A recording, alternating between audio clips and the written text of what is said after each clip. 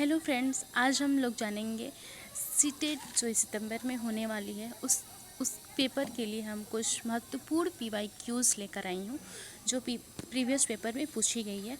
जो आज की हमारी टॉपिक है बाल विकास एवं शिक्षा शास्त्र के ऊपर, जिसमें हमारा पहला क्वेश्चन है बाल विकास का अर्थ क्या है। बाल विकास किसे कहते हैं? केवल शारीरिक वृद्धि को, केवल मानसिक वृद्धि को, बालक में होने वाले विभिन्न प्रकार के क्रमिक परिवर्तन या केवल वजन बढ़ाना।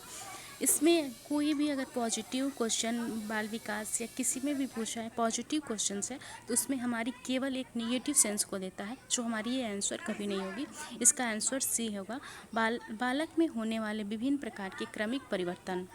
हमारा दूसरा है विकास की प्रक्रिया सामान्यतः होती है। विकास कैसी होती है? अचानक, निरंतर, केवल जन्म के बाद कुछ वर्षों तक, केवल विद्यालय में।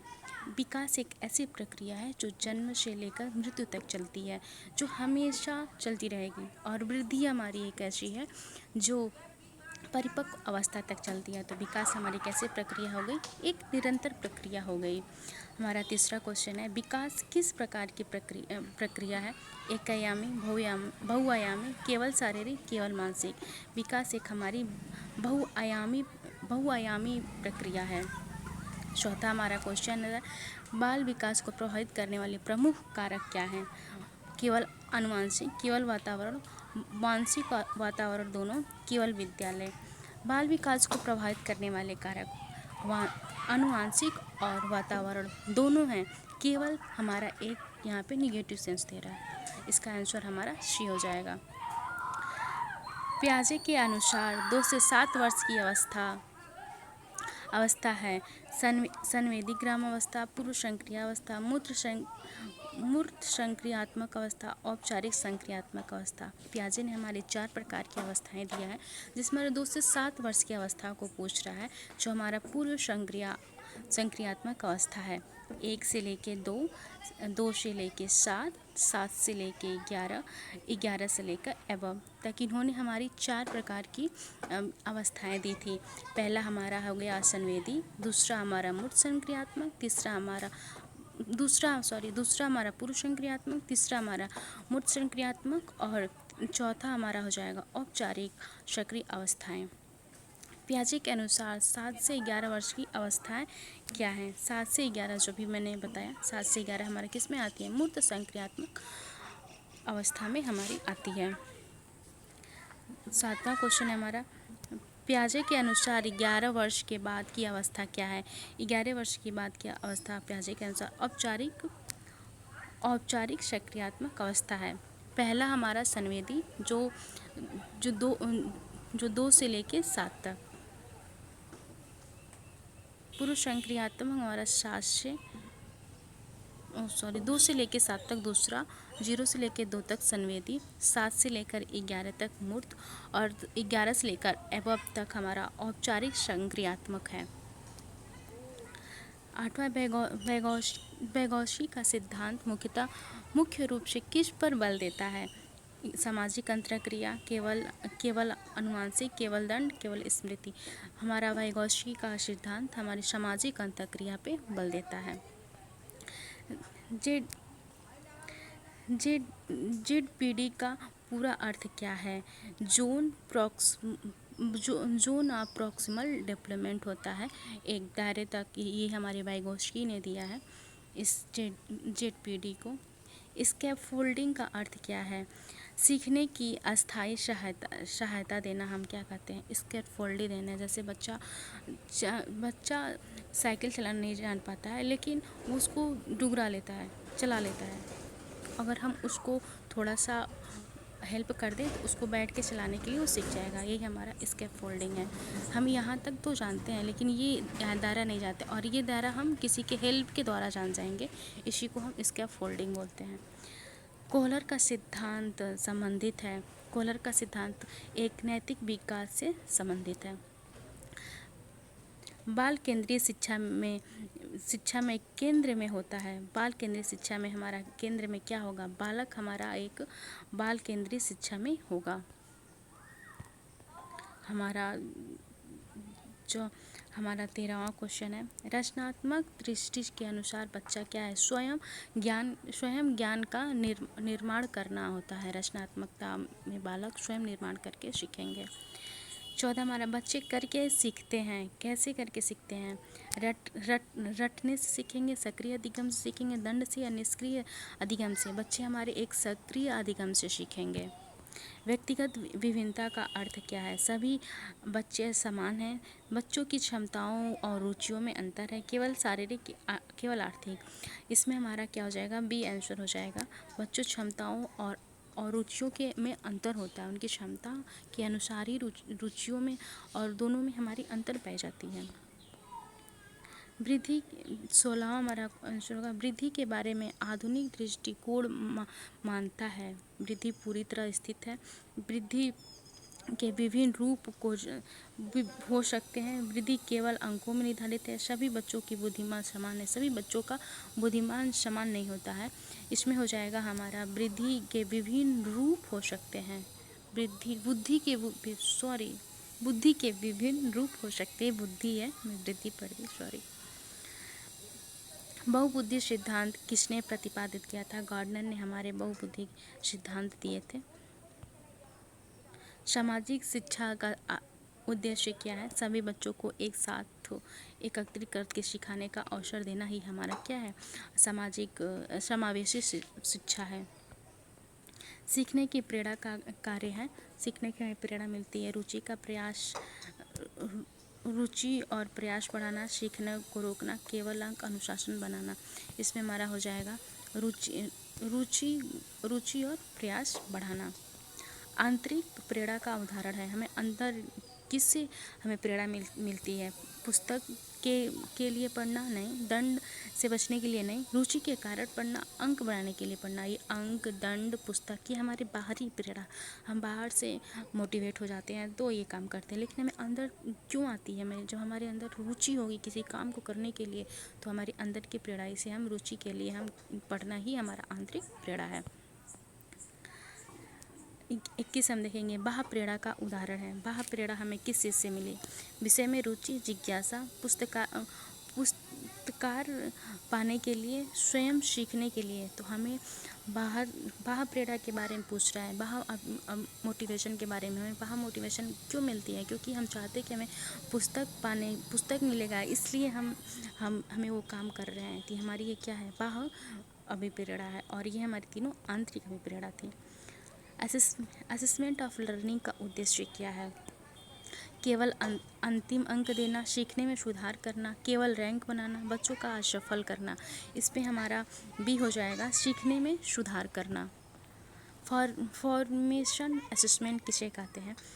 फॉर्मेशन असेसमेंट हम कहते हैं सीखने की प्रक्रिया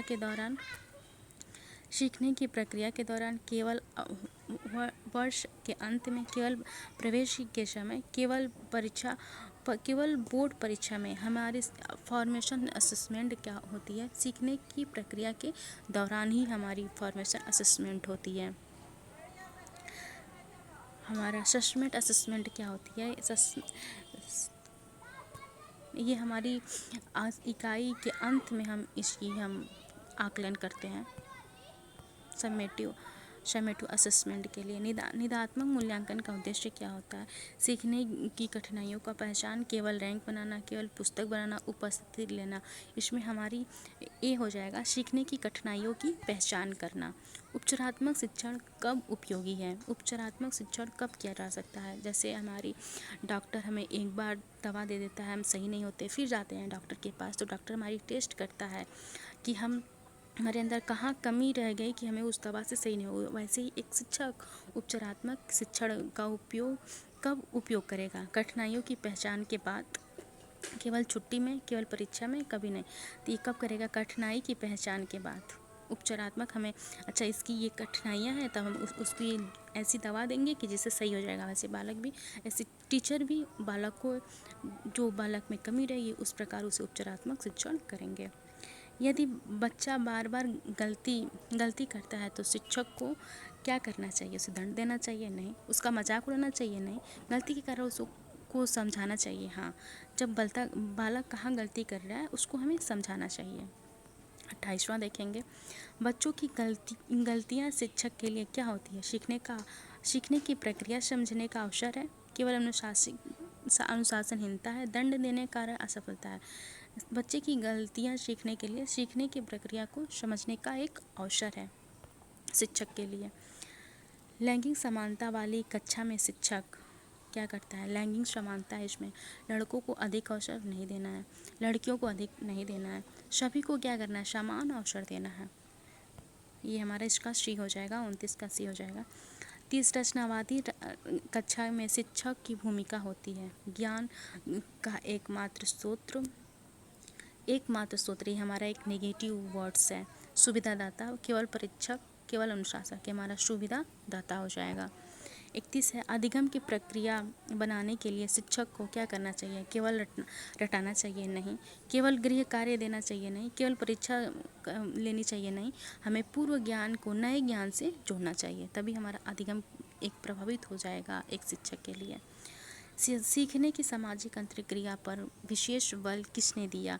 सीखने की सामाजिक अंतर्क्रिया, जहाँ भी सामाजिक अंतर्क्रिया होगा वहाँ हमारे वाइगोत्स्की जी आ जाएंगे।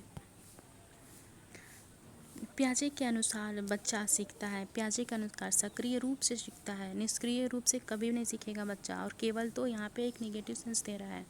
अगर पॉजिटिव क्वेश्चन है तो जो केवल रहेगा ये हमारी नेगेटिव है, वैसे ही भी क्वेश्चन गलत हो जाएगी। आगे कुछ भी लिखा हो उसमें केवल करके कुछ भी शब्द को रचनात्मक अगर केवल ऐसे रहेगा तो हमारी ये गलत हो जाएगी। अगर क्वेश्चन नेगेटिव है तब हमारा केवल सही होगा। हमारा 34 क्वेश्चन है, एसिमिलेशन का संबंध किससे है? ये हमारे पियाजे ने एसिमिलेशन के बारे में बात की थी, जिसमें बच्चा कुछ नई चीज़ों को अपने मानसिक रचनाओं में सम्मिलित करता है। यही हमारा एसिमिलेशन है।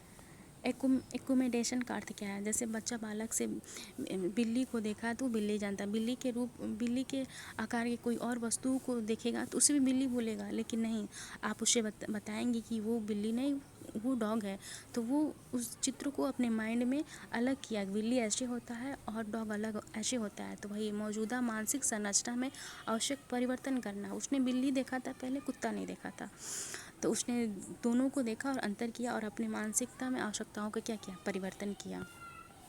बालक विकास की गति क्या है? बालक विकास की गति सभी बच्चों में समान होती है, बच्चों में अलग अलग हो सकती है, हमेशा तेज होती है, हमेशा धीमी होती है नहीं, बच्चों में हमें अलग अलग हो सकती है। बालक विकास की गति कभी धीमी होगी, कभी रुकेगी, कभी होगी नहीं। आप एक गति होती है बालक की विकास की। हम देखते हैं जब बच्चा माँ के घर में रहता है सबसे तेज़ होता है, जब फिर शैशवावस्था में आता है तो बहुत तेज़ होता है, फिर शैशवावस्था से हमारा मध्यावस्था में बाल्यावस्था में आता है तो वहाँ पे कम हो जाती है, फिर किशोरावस्था में आता है तो बहुत तेज़ हो जाती है। तो हमारी गति जो होती है बाल विकास की वो अलग अलग होती है, हर एक अवस्था में अलग अलग होता है। सीखना क्या है? कि सीखना हम किसे बोल सकते हैं? केवल रटना, अनुभव के कारण व्यवहार में अपेक्षाकृत स्थिति परिवर्तन, केवल परीक्षा देना, केवल पुस्तक पढ़ाना। सीखना हमारा क्या है? एक अनुभव के कारण अपने व्यवहार में जो हम अपेक्षाकृत अस्थायी परिवर्तन कर रहे हैं वही हमारी क्या है? सीखना है। सीखने को प्रभावित करने वाले महत्वपूर्ण कारक क्या है? सीखने को कौन सा महत्वपूर्ण? केवल तो हमारा पूरा नेगेटिव वर्ड्स है, ये सारा हट जाएगा। हमारा क्या हो जाएगा? प्रेरणा हमारा क्या है? सीखने को प्रभावित करने वाला कारक है। प्रतिभाशाली बच्चे के लिए शिक्षक को क्या करना चाहिए? चुनौती एवं समृद्ध गतिविधियाँ देनी चाहिए। एक प्रतिभाशाली बालक है तो उसको नज़रअंदाज कभी नहीं करना चाहिए। आसान प्रश्नों का प्रयोग, केवल आसान नहीं, उसे एक कठिन प्रश्न भी देके उसके माइंड की वृद्धि करनी है। उसे अलग बैठाना नहीं, उसे अलग नहीं, उस सभी को बीच में बैठाना चाहिए जिससे दूसरा बच्चा भी उसे कुछ सीख सके। धीमी 40 हमारा है। धीमी गति से सीखने वाले बच्चे के लिए उचित है, जो धीमी गति से बच्चे सीख रहे हैं उन्हें अतिरिक्त सहायता और समय देना है। उन्हें दंड कभी नहीं देना है, उसे कक्षा में से निकाल देना है कभी नहीं, उसे नज़रअंदाज कर देना है कभी नहीं। हमारा 41 है, विशेष आवश्यक वाले बच्चों के लिए एक शिक्षक को क्या करना चाहिए। विशेष आवश्यकता वाले बच्चे जो हमारे एक सामान्य बालक से विशेष हों, उनमें कुछ विकृति या कुछ बहुत ज़्यादा टैलेंटेड और गिफ्टेड बच्चे हों, वो हमारे विशेष आवश्यकता वाले बच्चे हैं, उनको हमें क्या करना, समान अवसर और आवश्यकता सहायता देनी चाहिए। सीखने से बच्चे की रुचि बढ़ाने के लिए हमें क्या करना चाहिए, केवल बयान नहीं, गतिविधि आधारित शिक्षण हमें करानी चाहिए बच्चों, एक शिक्षक को रुचि को, बच्चों में रुचि बढ़ाने के लिए। 43 बच्चे के पूर्व अनुभव, उस पूर्व अनुभव को हमें क्या करना चाहिए, नए सीखने के लिए, नए ज्ञान को हमें सीखने के लिए उसका आधार बनना चाहिए। बच्चा पहले से जो कुछ भी जानता है उसको हम नए ज्ञान से उसे हम जोड़ के आगे की उसे हम जानकारी को बताएंगे। 44 हमारा हो गया, एक प्रभावी शिक्षक को क्या करना चाहिए, प्रश्न पूछने और सोचने का हमें बालक को अवसर देना चाहिए। सहयोगात्मक अधिगम से हम कैसे बच सकते हैं, अकेले काम करें, मिलकर सीखते हैं, केवल शिक्षक को सुनते हैं, केवल परीक्षा देते नहीं। सहयोगात्मक शिक्षा में हमारे सहयोगात्मक का मतलब ही हुआ, इसमें सहयोग मतलब सहायता देना एक दूसरे से, इसलिए हमारा मिलकर सीखना हो गया। हमारा कक्षा में विविधता को शिक्षक को क्या करना चाहिए, समस्या मानना चाहिए, संसाधन के रूप में स्वीकार करना चाहिए, नज़रअंदाज समाप्त कर देना चाहिए, नहीं, उसे संसाधन के रूप में स्वीकार करना चाहिए। कक्षा में विविधता को एक शिक्षक को करना चाहिए। 47 है, बालक के विकास में खेल का महत्व है, क्योंकि खेल में क्या होती है, खेल से हम क्या कर सकते हैं, सामाजिक शारीरिक संज्ञानात्मक विकास हमारा होता है, इसलिए हमें बालक को खेल में सिखाना चाहिए। जो हमारी न्यू पॉलिसी आई है वो भी हमें बालक को खेल के माध्यम से सिखाने के लिए प्रेरित कर रही है। 48 है, अच्छे मूल्यांकन की विशेषता क्या है, सीखने में सुधार के लिए क्या करना, उपयोगी जानकारी देना, ये हमारा क्या है, अच्छे मूल्यांकन की विशेषता है।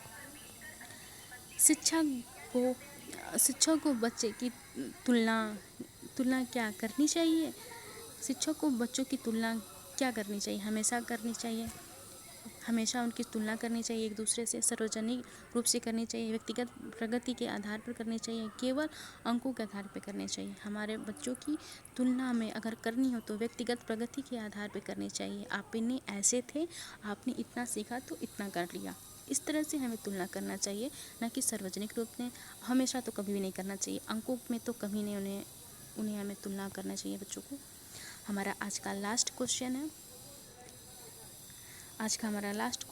एक अच्छे CDP शिक्षक की सबसे महत्वपूर्ण विशेषता क्या है, एक अच्छे CDP के सबसे महत्वपूर्ण विशेषता क्या है, कठोर अनुशासन, बच्चे की आवश्यकताओं की विविधताओं को मानना, केवल पाठ्यक्रम को पूरा करना, केवल परीक्षा परिणाम देखना, केवल हमारा ये सब गलत है। कठोर अनुशासन बालक को देना ही नहीं है, तो इसका हमारा आंसर हो जाएगा, बच्चों की आवश्यकताओं और विविधताओं को समझना चाहिए। ये थी हमारी कुछ आज की 50 CDP की क्वेश्चंस। अगर आपको पसंद आई तो लाइक, शेयर और सब्सक्राइब करिएगा और कमेंट बॉक्स में ज़रूर बताइएगा कि हम ऐसे और आपके लिए MCQ PYQs ला सकूं। ये सारी क्वेश्चन पिछले पूछे गए क्वेश्चनों का सारांश है। अगर आपको पसंद आए तो आप कमेंट बॉक्स में ज़रूर बताइएगा। Thank you so much.